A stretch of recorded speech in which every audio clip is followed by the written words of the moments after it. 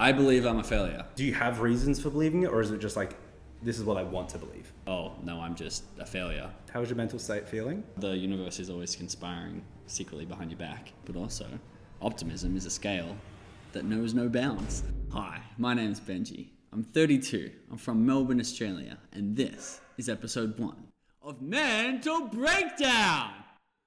I took some liberty at the end.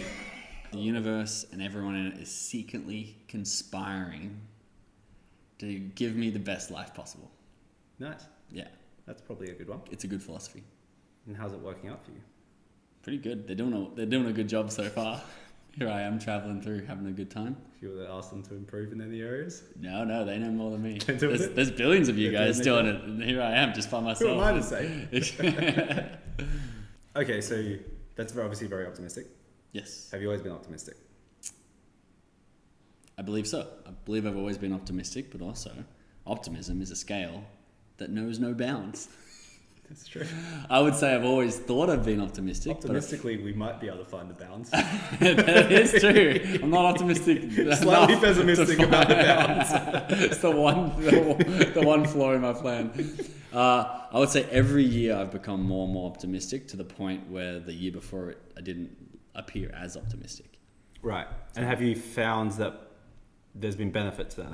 Like by becoming more optimistic, your life has improved? Yes. I believe very much in the quantum energy of things. It's like the existence of a human, the existence of a thought, the existence of a belief influences the outcome. And right. So it's like the as I believe, so I become. Mm-hmm. I am becoming what I believe, and if I believe pessimistically, I'm going to become worse than I'm going to believe if I'm thinking optimistic thoughts about the future. To play devil's advocate, Let's do it. what would be, if any, what would be the drawbacks? And if you can't think of any, we found a blind spot. What would be the drawbacks of optimism? There's none. The drawback of optimism, I would say one thing that I've found a drawback in optimism for is if everything is great, well then there's no real scale of judgment or discernment. And so I think there needs to be, it's like you've shifted the scale. If you're just like, say 0 to 10, say there is an upper bound to optimism, and you look at everything and you're really optimistic as a 9 or a 10. Yep. It's like very little discernment between, this is an excellent opportunity, or this is a medium opportunity, this is a bad event. All good. It's all fantastic. And so I think the goal is to slide the entire scale, the 1 to 10 scale, up to like 1,000 to 1,010. And so there's still just like a delta between each level, but you've gone from like, my nana passed away, an awesome opportunity to grow, however, not as amazing as like someone's just paid you 300 grand. You can still discern they're not both great. Right. One is just different levels of great. Yes, exactly. Do you find that can be less motivating if things are already good, if everything's great, there's no incentive to expand or improve? I think optimism and a desire to improve aren't mutually exclusive. I feel like you can have, like I can be like, the future is great, but I have a yearning to be at a certain point in 3 years from now. But I think where the suffering comes in is I should be there now. That doesn't sound very optimistic. That is the suffering of someone who's not optimistic. So I'm optimistic, so I'm like, everything happens in perfect time. Yeah. We are exactly as we need to be, as the universe is conspiring for us. And therefore, if I have a desire, which I feel like desires are divine, and I want a certain car, it's not like, I'm unhappy until I get that car. It's like, I want that car in 6 months, work out how to get it in 6 months, and not be unhappy without the car, but be on the path until I have the car, and then probably be slightly as happy because the journey is probably more exciting than the actual event of buying the car in the first place. But I feel like I can be optimistic and still want for more without it being sad or unhappy or like there's a piece missing. What makes you sad and unhappy? Not much. Interesting. Not much. Sad. I was talking to my energy healer about this yesterday. Sad. I haven't been sad for so long. I can't remember the last time I was sad. Unhappy, which I would say is just like more of a like motivated. What makes me unhappy? No, also not much. Selfish people, I feel like, make me unhappy. Is that learned? Is this learned, or is this you've always? I feel like it is both. Do you work on it? Yes. How do you work on it? Thinking. What do you think? Well, if you start with the first principles, you start with the universe is always conspiring secretly behind your back. Well, not behind your back, I guess. Behind your back for you. For your back. Has your back. And then you work out, if I'm unhappy in the moment, there's an incongruency to that fundamental foundation of belief. And so it's like, oh, where am I distrusting? Where don't I have faith? Where don't I have optimism? Mm-hmm. Where don't I surrender and trust the universe?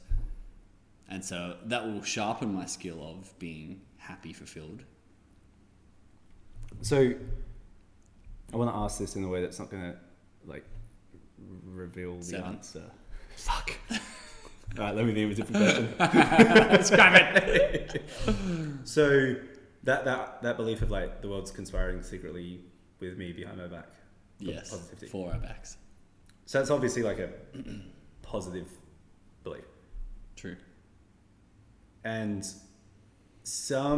there are no right or wrong objective beliefs. It's like you can't, like what you're saying can't be proven right or wrong.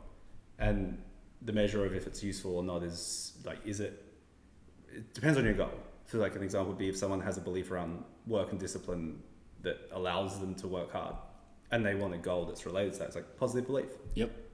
On the other hand, if someone wants to be like lazy and do nothing and they have this belief that they need to be working hard, negative belief. Same belief, but like based on the goal. Yep. So there are no objectively right or wrong beliefs. And fundamentally, at some point, consciously or not, beliefs are chosen. So is that belief, is that something that's like, do you have reasons for believing it? Or is it just like, this is what I want to believe? That is the reason. I feel like you get to a point, if you do any personal development for a year or two, you realize that all the beliefs you have has been instilled in you by other people, not your conscious.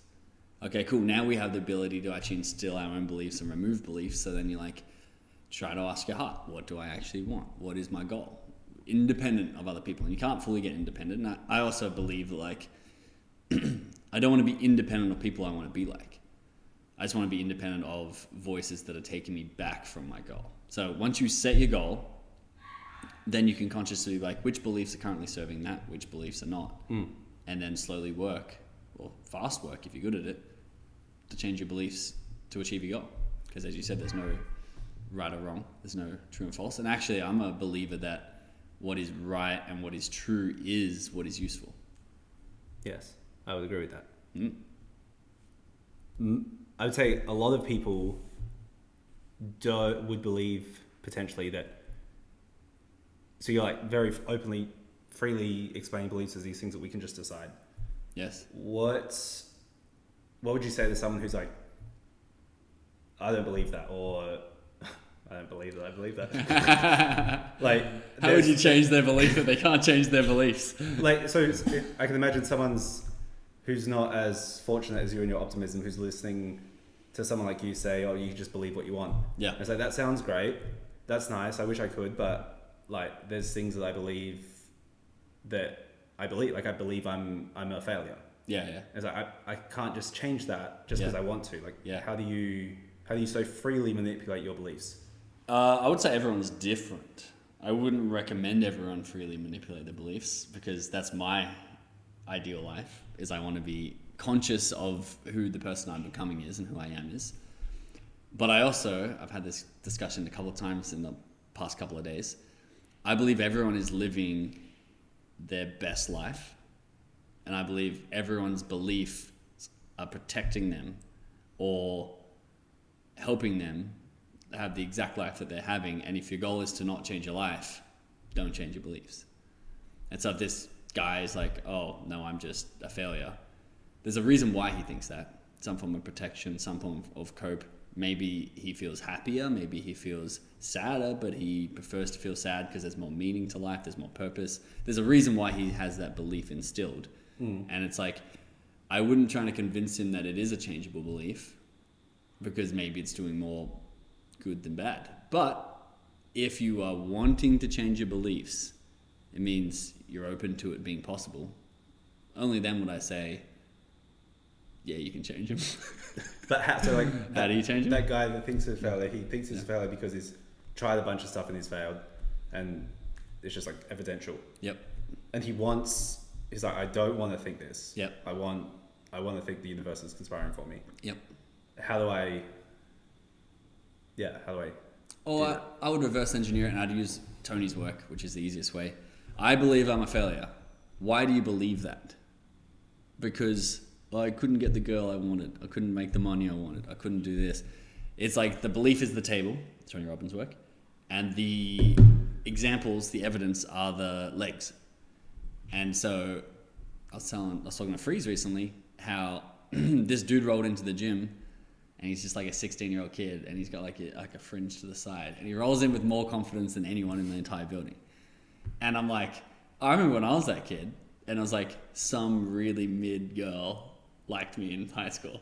And he's like, you're wearing like singlets and you've never worked out a day in your life, stringers. And you're stringers and you're rolling in, and you're like, what's up, bro? My experience was, we had a high school social, and it was an all boys school, and then the all girls school comes over for the social, and it's just a make out fest around the time of swine flu, and everyone called it swine flu. And it was like, no one went further than making out, and so everyone's just trying to collect makeouts. And we're like, dude, how many makeouts have you had? And I'm like, four. How about you? 7. No, you haven't. No, I don't believe it. Has anyone seen it? I heard mine got 9. And then it's like, I made out with 13. I was like 17 years old. I made out with 13 girls at the social, and I came rolling into school the next day. Like I was I was Elon Musk. Like I was the coolest kid ever. And I'm like, now if I'd made out with 13 girls, and I would have so much shame and so much like unfulfillment in me. And it's like, you just have to realize what metrics you're measuring in order to feel a certain way. And so if it's confidence, it's like, oh bro, if I made $1 million, I'd be so confident. It's like, okay, how would you act when you were so confident because you made a meal? Like pretend you made a meal. What would you do? Oh, I'd like shoulders back. I'd like look people in the eyes more. I'd greet them. I'd like have a little bit of swagger and style in the way I walk. And it's like, why don't you just do that? Why don't you just, instead of raising the bar at $1 million or 10 mil or 100 mil or whatever the bar is, because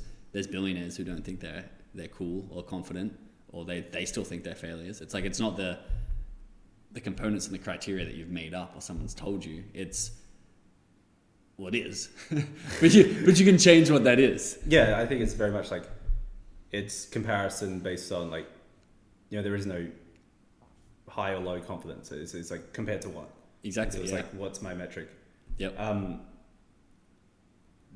Have you heard, I don't know if this is true, it's like a story or something, but it's like a baby elephant, they're tied to a pole. Yep. They can't break from the pole, so they stay there. But when they grow up, big elephant, they could break the pole, but they don't. Which you could say is like, here's a belief. Yeah. The elephant has a belief that it's stuck even though it's not. Yes. And when I think of that, to change that, it's just that the only thing missing is it hasn't questioned it. Yes. And so it's, if it's just like, oh, hang on, could I break this? That limiting belief is gone. Yes. It's just a failure to question. Yes, it's good. And I would also say a pointier question is not like, could I, but it's like, if I was to break it, what would I do? It's like, assume it's a yes.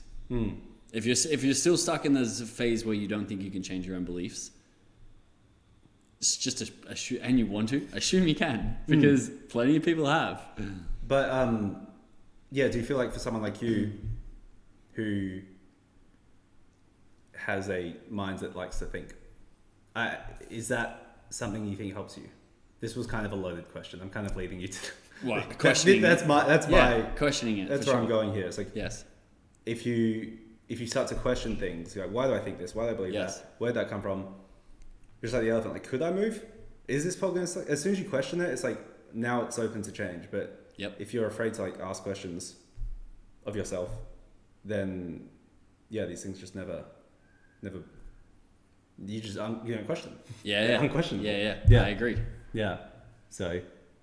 Yeah, how did you figure out your beliefs were changeable? I just started thinking, like, for me, it was more like once I understand, like, what do I believe? Then I'm like, why do I believe that? And normally there's a reason. It's like, I believe something. I believe that, can't think of one on the top of my head, but it's like, because when I was in 3rd grade, I asked that girl out and she laughed at me. And so now I believe, like, girls are scary. Yeah. It's like, okay, well, now that we know why, could that mean anything else? And it's like, you can make it up. But how did you get there? How did you first consider that was changeable? Good question. Thank you. Welcome to my podcast. Using the reverse card. How did you first question yours while I think of mine? I actually think the first thing that led me to knowing that every single part of me is dynamic, changeable, and actually will change in just a longer period of time. It's like the person you are at 7 is going to be 120% different than you are at 70. So it's like everyone's beliefs do change. It's just, are you consciously picking them? Was The Game by Neil Strauss. Because that was, not to make this a girl-focused podcast, but here we are. That was the one thing that I thought was unchangeable. This was all a ruse. Is it? To talk. We got there. So, how do we get girls? What are your top 3 tips? So tell me, the girl in 3rd grade, what's your... How did you make out with 30 girls at the ball? Any tips? Don't mean to flex on me. The one thing that was like most set in stone for me was like who you're going to end up with a wife. It's like, it was a black pill, they call it, race, face, height. You ever heard of that? No. Oh, it's a very fascinating subsection of the world, big on Reddit. But they say your race, your face, how you look, and your height are the 3 things that determine what sort of girl you get. And their philosophy basically is there's nothing you can change and nothing you can do about it. It's just like, that's the hand you dealt. Now, I wasn't a black pillow when I was 14, but I was just like, you get the grades that your brain is smart enough to get. You get in the sports team that your hands are good enough to get into. And you get the girl that like your race face. I didn't think in these contexts, but like that you deserve. And then all of a sudden, when Neil Strauss wrote The Game, and I just consumed it in like 3 days, it was like, wait, this guy, Neil, who was saying that he was just like the worst with women possible. And then he was dating like Britney Spears and like models and stuff. And he walked you through the entire story as if it was you. He's not a good looking guy either. No, he is 130 pounds. No, yeah. Very smart guy, great writer. But the perfect person to write the book because it's like, if he can do it, we can all do it. And I think he shattered the belief of like, wait, if that's changeable, it's all changeable. I'd say that, and then an infusion of Tony Robbins from very young, maybe 16 years old, where all Tony is about building yourself. So those two together. As you were talking, I was listening intently, but also finding an answer to your question to me, which was my question to you. Yeah. I think I never actually had the belief that beliefs weren't changeable. I always view things, and I assume it stemmed from, I've got an older brother. Yep. He's 2.5 years older. And he was always like bigger, stronger, faster, because 2.5 years older. And yeah, my assumption would be that based on that, my view on everything was like, I'm not as strong as him, or I can't lift what he can lift. It's like, of course, because he's 2.5 years older. Yep. And so it was never like, I can't do this, like period. It was like, when I'm that age, I will. And so it's just like everything was always attainable with time. And yeah, I remember very early on, like grade 5, the first thing I really cared about was soccer. And I just had this belief, like I can play for Australia as a goalkeeper. I play as a goalkeeper. Nice. It was just like it was like, of course I could, like with time, with effort. Of course I could. Yeah, good. And so it's always good kind insight. of been that, like, I believe whatever I could do anything. Not everything, but like if I spent the next however long it takes to get there, I'll get there. Yeah. Because like there's no limits on that. It's just time and effort. It's good. Very sharp insight. Well done. I'd shake your hand if you were closer. A bit far. So yeah, I don't think I've ever had, and because of that, actually for me, I feel like it's more like, because my beliefs are so open, I need to almost enforce beliefs on myself. So like an example is when I first started in business, I was like, I don't think I was that smart. But I was like, I want to be smarter. So I was like, I just kept enforcing the fact that like I'm a genius. Nice. Like I am intelligent. And then yeah, like I make this much money and I'm fit and I'm like these are the things that I believe about myself. And then that's like you're able to achieve those things. Yeah. And it's not, bro, it's like people are like, oh, it's crazy. It's like it's science.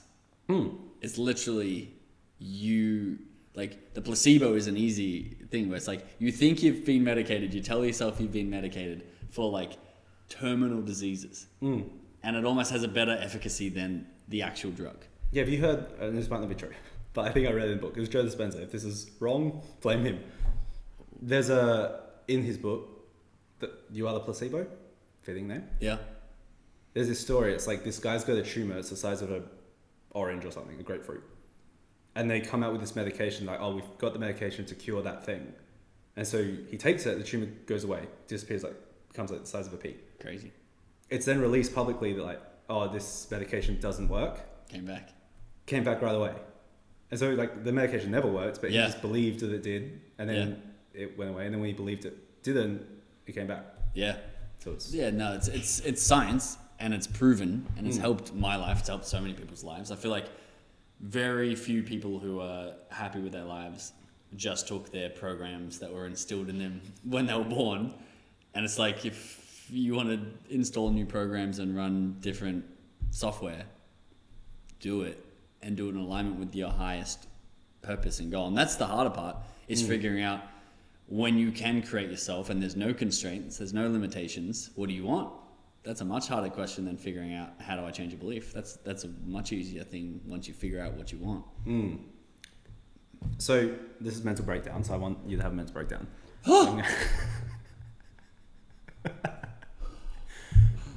So as you were speaking, one thing that came up was like, okay, let's say you believe you can change your beliefs. You know that you know how to do it. How, and I want to use you as an example, how do you identify what beliefs need to change? And so for you and your goals, well, I guess the starting point is like, do you feel like your current beliefs are exactly what they need to be based on your 50-year goal? Yes, because I believe that they will change as they need to change. I'm also very much of like, they change quickly and they change somewhat daily. And so it's like, do I believe they are where they need to be for a 50-year goal? Yes, as long as it's like dynamic the entire way. The belief that they'll change in relation to the goal. Yeah, exactly. Is the belief. Exactly. Yeah. Okay, I was hoping you'd say no. So, okay, let's say they need to change. How do you know what needs to change? So that might not be now, but at some point they'll need to change. Like, how are you identifying that or able to? That's a great question. I would say I can identify when a belief needs to change because I'm only feeling 1,001 on the optimism scale, not 1,010. And so it would be some form of discomfort, uneasiness, unfulfillment appearing in my life. It's like what triggers you is what you need to integrate. And to think that the world would need to integrate around my thought is hilarious. Like the computational power of the universe and like the natural selection algorithm versus like the bits in my brain. It's like one of them is infinitely more powerful. And I'm like, no, these two aren't aligning. I'm pretty sure it's the universe that's wrong. It's like, well, to assume that the universe is right, which is only sensible. And to have faith in that will then be like, okay, well, this is causing me discomfort. It needs to be tweaked to be closer to the truth. Right. How much importance New question. In success, you're a successful young individual. Thank you. Someone wants to be like you. You've got great beliefs. How much do beliefs do you feel in terms of where you are today? And then compare them to other things that would be equally if they exist. Yep. Where's beliefs ranking? I mean, some like other like hard work or education. Like, where are you ranking beliefs in the scale of if I fix this, my life will improve by what? I think beliefs rank number 1. I think beliefs is all there is. Because even if you say, okay, you need a strong belief in hard work, it's like, that's just a belief. It's the belief that drives the hard work in the first place. Right. Like the beliefs are like the blueprint. And if it's a blueprint for an engine, which is like hard work, well, it's like, okay, we need the blueprint to build the engine. It's like, I feel like you can do it 100% off beliefs. It's like the only reason you work hard is because you believe you need to work hard. The only reason you work smart. There you have it, ladies and gentlemen. Straight from the horse's mouth. The number one thing is beliefs. That's why you would listen to this podcast. So we're gonna don't go anywhere else. Do beliefs. Anything else? Any advice? Any tips? Any questions? Any? Yeah. What's your number one belief that you think has led to you being either most successful or most fulfilled and happy with your life? So I think like my fundamental belief is that I can do anything, meaning I'm not limited in what I could do. I don't believe, I'm not like, oh, I could, if I can fly. I mean, maybe one day. Of course you can fly. Like, of course you can fly. Yeah, it's not like I understand, like if you said, oh, can you swim across the Atlantic Ocean? Yeah. I would say, not today. But I do believe that if I wanted to do that, I could. Yeah. Like, how long it would take me to figure out how. I don't know. But it's like that, it's not, I guess it's a belief. The belief is that I don't have a restriction on what I believe I could do. Yes. I would say that. And then I think, because I think beliefs are chosen, just choosing a like fundamental belief that's useful and also like makes you happy. So one of my beliefs is like I need to be improving, and so it's like it's good for me. Yep. But it's also like, well, if I went to the gym today, I got a bit stronger, I've improved, and then maybe if I spend some time reading, I've improved. It's like now I'm improved twice. Yeah. It's like I'm very fulfilled in that. As long as I'm improving something, then I'm fulfilled. And then because it's improvement, not like getting drunk is my belief. But it's a positive belief, and so it allows me to move forward whilst being happy about it. Yeah, great. Yeah. You? I would say the same. Anything is possible. When you work from that as your, I wouldn't even say it's foundational, I'd say it's like overarching. Then your brain becomes really, and your heart and your soul and your questions become very resourceful into figuring out. It's not like, is it possible? Let's go and research if it's possible. Probably not. It's like, it is possible. How do I do it? And the only two variables, as you said, one is time. It's like, okay, can I fly? First of all, define fly. Yeah. Like you can get an airplane and you can fly. I meant personal flights. Can I personally fly? Like Superman. Okay, now we're getting more constrained. It's like, yes, but I don't know how. Yet. Yeah, so it's like, can I in this moment? No. Yeah, exactly. But could I? Yeah, if I wanted to. Yeah, it's like the only thing, and our brains can, like, we have the capacity to learn anything. It's just like we need the specific knowledge. It's like we couldn't have a podcast where someone's watching this in a different, literally, time than we're recording it until you had the technology and the knowledge to build the technology to allow them to do it. And it's like, this is what's crazier, that you can like be horizontal in the air, or that you can look at you from the past and digitally time travel. And it's like, rewind it. And then rewind it and watch it over, There's actually one other belief which you kind of touched on there, but it's like, and I don't even think this is more, well, it could be a belief, but it's that like no one has ever reached the limit of anything in being a human. No one's like, this is as smart as someone could get, or this is as successful. Like, I did make out with 13 girls at the At the social, that doesn't. That's probably the limit. That could I have think been. we found it for that. But like, just in terms of like, what is your ultimate potential? What could you do? There is no. It is unlimited, and so to say like, well, I could figure out how to fly. It's like, well, with no limits, yeah. Like, Yeah. Who's to say there's no cap? And if there is, no one's found it. And so it's like that I think is very motivating and inspiring, because I heard once that like, to improve something you believe, just be like, oh, has anyone else done it in the world, and therefore I could do it. Yeah. Like, you don't even need to believe that. No, that's still limiting. Yeah. It's like, yeah, it's crazy. Okay, it is possible. How do I do it? Yeah, and if there's actually people out there who think they can't change their beliefs, well, then they're right. well, they're right. Yeah, that's a good one. One, they're right, and then two, who cares? What are you gonna do? It's like, well, then just live the life that you're destined to live. There's no free will. I will say one thing that I've chosen to believe recently, which actually might surprise you. Yeah. But what sort of hat did you try on? So it's only a couple of days old, but I found it quite motivating. Yes. I've decided to believe that like the evil conspiracy that there's like these like satanic evil people running the world. And it's like they're attacking you, they're poisoning your water, like you, me. I'm like, they're attacking me. Yeah. And it's been quite motivating, because I'm just like, oh, it's like, those I need satanic people. I'm gonna get them. Yeah. Somehow. No, that's good. It's good. It's like a made up. It might not be made up. I mean, it depends. It's like they're poisoning the money supply with inflation. Like that's one of the. Yeah, they're destroying the money, they're destroying the value, they're destroying freedom, and making everyone dumb and lazy and distracted, turning gender into nothing. So there's no men, women, no kids. Like population. You don't think there's a difference between men and women, do you? Oh, yes. But that's just a mental breakdown. Cancelled. Cancelled. That's Make the us end. go viral. Cancelled Conor Marriott. And that was the end of Mental Breakdown. He lives at 2 Beacon Vista Parade. No, it's not your actual street. No. But it is number 2. Yeah. So good. So. Doxed on your own episode. Yeah, what were you saying about the men and women thing? It's motivating. Oh, the men and women thing. Sorry. Yeah. There are two.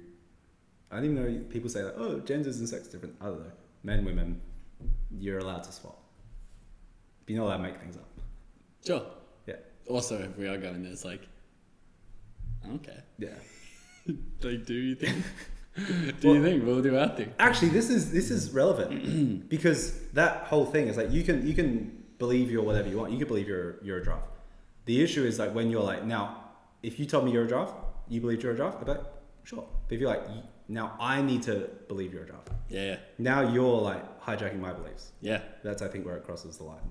Believe what you want about yourself. Yeah. Don't force others to. Or you have to pretend that you believe. It's yeah. Like, no, I'm just gonna. I'm good. I'm gonna do my own thing. Yeah. Thanks. Enjoy giraffe life though.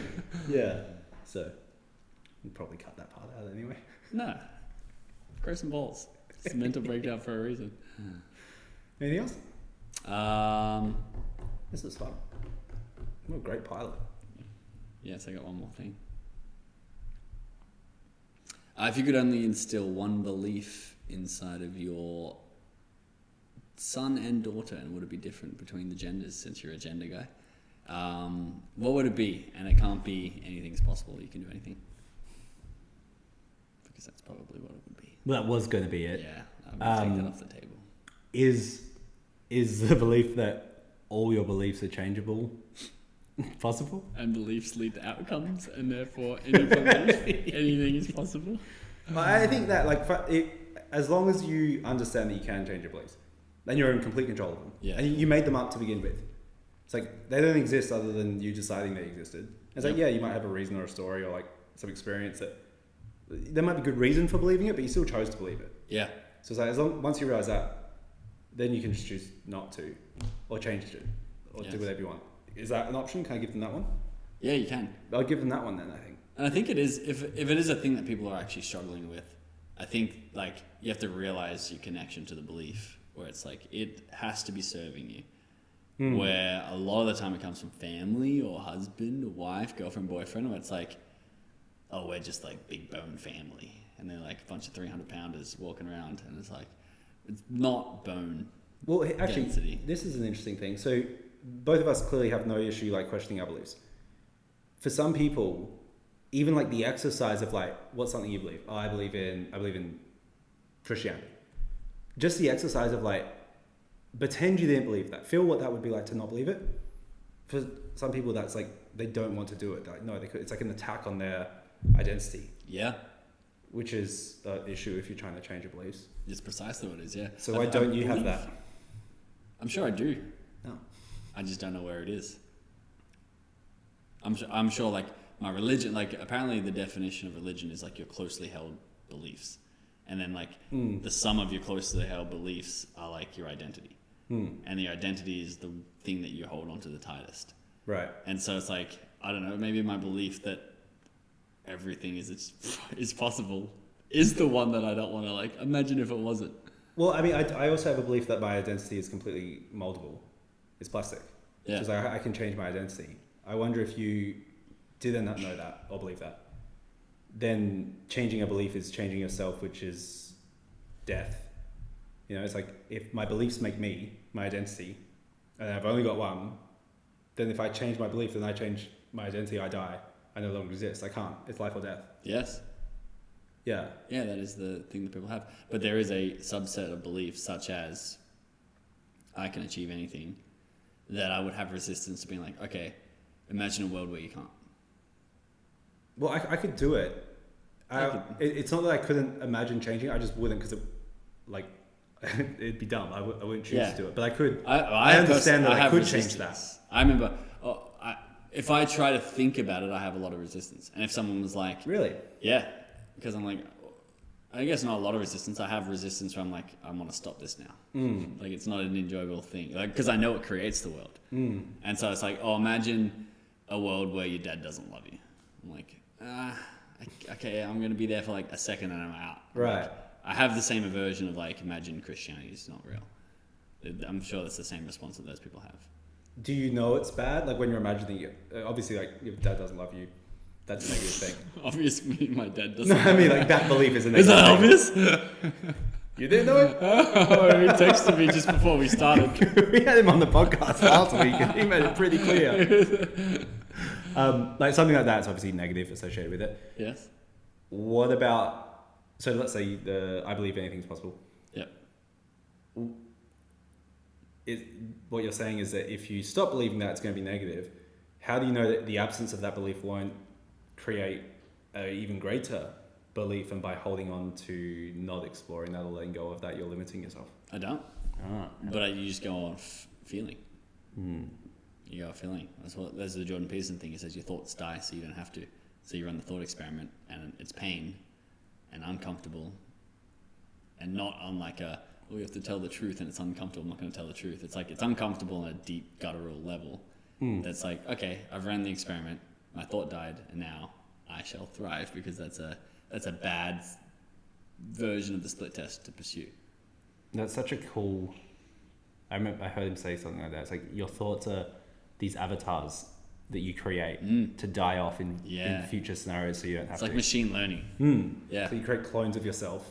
Yes. Theoretically, they take these different paths and options, and then some die and some get better off, and then you're like, okay, this guy did the best, let me do that. Right.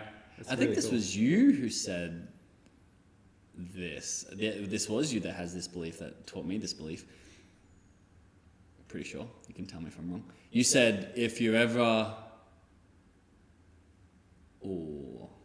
feeling like unhappy, it's your highest version of yourself calling out to you from the future, telling you that you're not on the path. Yes. Good belief. Yeah. Yeah. It's also the thing that pulls your interest. It was Carl Jung. I would have told you from Carl Jung, but I didn't create this. I'll take credit. Yeah. Carl who? So it's like, why do some things interest you and others not? It's like, remember in school, you're like studying for a test or something. It's like, you know it's important. You want to get good grades. Yep. But you just can't focus on it. And other things, you're just like pulled towards. Like for me, I play guitar like 12 hours a day, but I didn't want to do schoolwork. So it's like, what's determining? It's not you. You're not choosing that because like you want to do well at the test, but you can't. So it's like there's something outside of you that's dictating your attention and like your focus, and it's pulling you somewhere. And so the idea is like that's your future self, your greatest potential manifesting in the present to pull you towards a direction that will allow you to create that best self. Very good. Yeah, Jordan says follow the golden thread of what's meaningful to you. Yeah. And it's different for everyone. Yes. Like I've always been intrigued and not judgmental, but curious about It's your... weird that you made the caveat. your nighttime routines. Mine? Yeah, and your fascination with drag. That's when you slip into your blue sequin dress. The thing and about high heels. that conversation was that it was held in privacy. Oh, that's not part of mental breakdown? I think all beliefs should be questioned. Well, we can question the belief around why you feel the need to be so deceitful. Well, I'll pop on your sequin dress and I'll be happy to go there. Yeah. Well, I mean, yeah, some people, like, yeah, you don't need to improve. Like, if it's almost in some ways a negative, I would say. If, like, you feel the need to, like, improve and grow. Sometimes I wonder if life is easier if you just have no drive and you're just happy having a, 9 to 5, get married, have some kids, happy. And I'm sure that's, like, a lot of people. Easier for you? It's just easier in general. I mean, you can... Like, I when you asked about my kids, I almost feel like I would prefer... Yeah, I'd almost want my kids to be like that, less like me. Why? I mean, I really enjoy it, but I feel like it's not... I don't know, it's not like... It's not... It's a lot of, like, dedication and sacrifices. It's like a higher maintenance life. I don't think so. It's not a relaxing life. No, I think long-term it's way lower maintenance. Oh, no, I agree. I'm for it. Like, I don't want to change. Not for your kids. But it's like if someone you really cared most. about, would you want them to go through like all the growth and all the failure and trying and all that stuff that comes with progress? You would. Yes, especially with a positive mindset because they don't see this failure. Yeah. See, I sometimes think like Elon Musk. He sounds maybe not so much now, but I remember he used to do interviews and he'd be like, he sounded like he'd even say like I'm lonely. Yeah. He says you don't want to be me. Right. Yeah. So it's like he's got that thing. But he doesn't have the belief that he enjoys as it feels. Like I think he lives a very different life to us. Yeah, but it's like he has this... I can relate to the drive of like, I need to do this, I need to pursue. Yes. But it's almost like he doesn't... He's not happy about it, but he has to do it. Yes. Which sounds, Yeah, I don't relate horrible. to that one. I feel like, fortunately, I'm more of like the Tony Robbins. Where it's like, he's also achieved insane things. Yes. Not on the... it's always debatable, but I would say not on the impact that Elon's had, but on like top tier echelon. Like probably the most well networked, best public speaker, best salesperson, world-class relationships, obviously billionaire. Like incredibly successful. Maxed out his stats in so many areas. Masculine, feminine, king, warrior, magician, lover. Like when you go through all of the tests, he's just like, he's balanced and powerful in almost every single one of them. Like some of the stuff I've seen him do is insane. And I would say that he has enjoyed the entire journey there. Yeah. But I enjoy everything I do. Yeah. But I could imagine without the... Because also like... It's like you can have the drive to do something, but then also, like I said, with the improvement, it's like, it's fulfilling. If you need both. What you just said there, I thought was interesting about the stats. Yep. You know, in video games, Yes. there's like different characters, different stats. Yes. You might have like attack and speed and defense. Yep. In a good game, the enemies you face, like the different stats. Some are faster, some are stronger, some are more attack, whatever. I feel like beliefs in a way are the balancing of the game. Because it's like a game where every enemy is 100% maxed out in every stat is a boring, non-balanced game. Yep. And so your beliefs are like, oh, I can only, I can get this strong, but I can only get this fast. Yeah, yeah. And so like these pre-programmed things that we have, which you still need like max out through effort. Yep. But it's like beliefs are limiting people's stats because they think, oh, I can only have this stat for intelligence or this stat for income. When it's like, no, you could max them all out with work. That's what it means by you can do anything. It's like, there's no limit on our stats, but it doesn't mean we're going to put in the work to, be world-class golfers. But we could. We could. Good. Maybe so it's like, we will. So the beliefs are like the limiters of the stats, but they're made up. They are made up, yes. And to build on that, it's the Darwin theory of evolution. It's not the strongest, the fittest, the fastest, or even the smartest animal. The most adaptable. The one that makes out with the most adaptable. The one that makes out with the most girls and dresses as a cross-dresser in there. That's what I thought you wrote. In the theory of evolution. The most adaptable is the one that survives. Yes. Well. And that's what we're talking about. Adapt. How's your mental state feeling? Pretty broken down. Broken down. Yeah. Success. I'm in shambles. Well, I don't know how to end it.